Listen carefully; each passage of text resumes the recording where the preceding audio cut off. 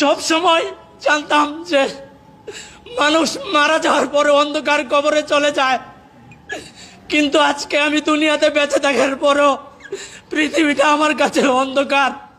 আমাকে রাতভর নির্যাতন করে সকালবেলা আমার দুই চোখ ছুরি দিয়ে উপড়াই ফেলে 2016 সালের 21শে জুলাই আমাকে ছলে বলে কুমিল্লা শহর থেকে অপহরণ করা হয়। উপজেলা আর জেলা হচ্ছে কুমিল্লা।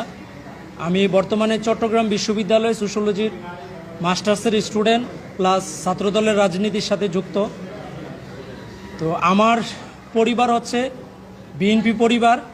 আমরা 5 ভাই, 5 ভাইয়ের মধ্যে সকলে বিএনপি রাজনীতির সাথে যুক্ত। আমার বড় ভাই পাশে যিনি আছেন ইয়াসিন আরাফাত, উনি হচ্ছে সাবেক ছাত্রদল নেতা, যুবদল নেতা, বর্তমানে বিএনপির রাজনীতির সাথে যুক্ত। এই বিষয়টা মেনে নিতে পারেননি আমাদের পার্শ্ববর্তী প্রতিবেশী কুমিল্লা দক্ষিণ জেলা আওয়ামী লীগের ত্রাণ ও সমাজ কল্যাণ বিষয়ক সম্পাদক এম.এ. জাহের এমপি। তিনি কুমিল্লা 5-এর সাবেক এমপি এবং কুমিল্লা দক্ষিণ জেলা ছাত্রলীগের সাবেক সভাপতি, সাবেক উপজেলা চেয়ারম্যান আবু তয়েব ওপি সহ যাদেরকে আজকে আমি আসামি করেছি, তারা বিভিন্নভাবে আমার পরিবারের উপরে 8 সালের পর থেকে বিভিন্ন নির্যাতন নিপীড়ন শুরু করেছে।